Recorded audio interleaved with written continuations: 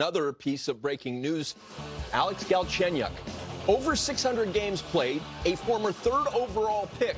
He's played for 4 different teams, and now it's going to be 5. A 1-year deal for just over $1 million. Rupper, how about this move for, as I mentioned, a guy that went 3rd in the draft?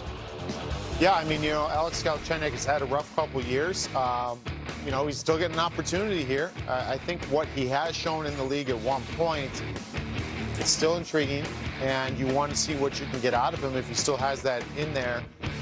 But this is a team that Ottawa Senators, they have changed their team significantly through the draft and making those moves. And we know about Matt Murray, and I think that there's an excitement level with this team moving forward. It's going to take a couple years, but in the meantime, you have to cultivate a winning identity or a winning thought process. So you can't just stink the joint out. You got to have some guys who've been around for a while, and they have some upside. This guy has some upside. We'll see what he's able to do. Hey, Grimmer, to Rupper's point about upside, you only have to turn the calendar back to 15-16. He's a 30-goal scorer. What about what he brings to Ottawa now?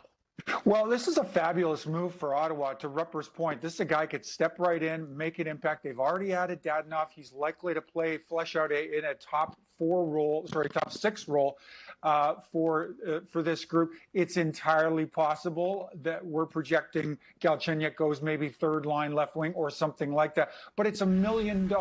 It's a $1.05 million deal. Very low risk for Ottawa, potentially high reward for Ottawa. To your point, Tony, this is a guy that is just barely removed for a couple of back-to-back 19-goal, we'll call them 20-goal seasons, and not that far removed from a 30-goal season.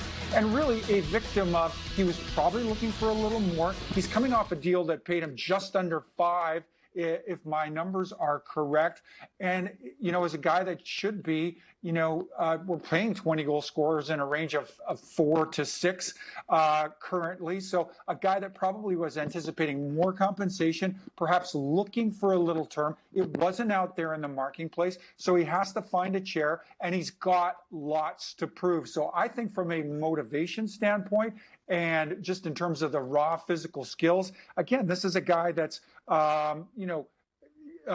really in his 20s, middle to just upper 20s. This is a guy that could really have an impact where Ottawa is concerned. Very little risk, and there's all kinds of motivation for the player to have an impact and go back to the marketplace again next summer.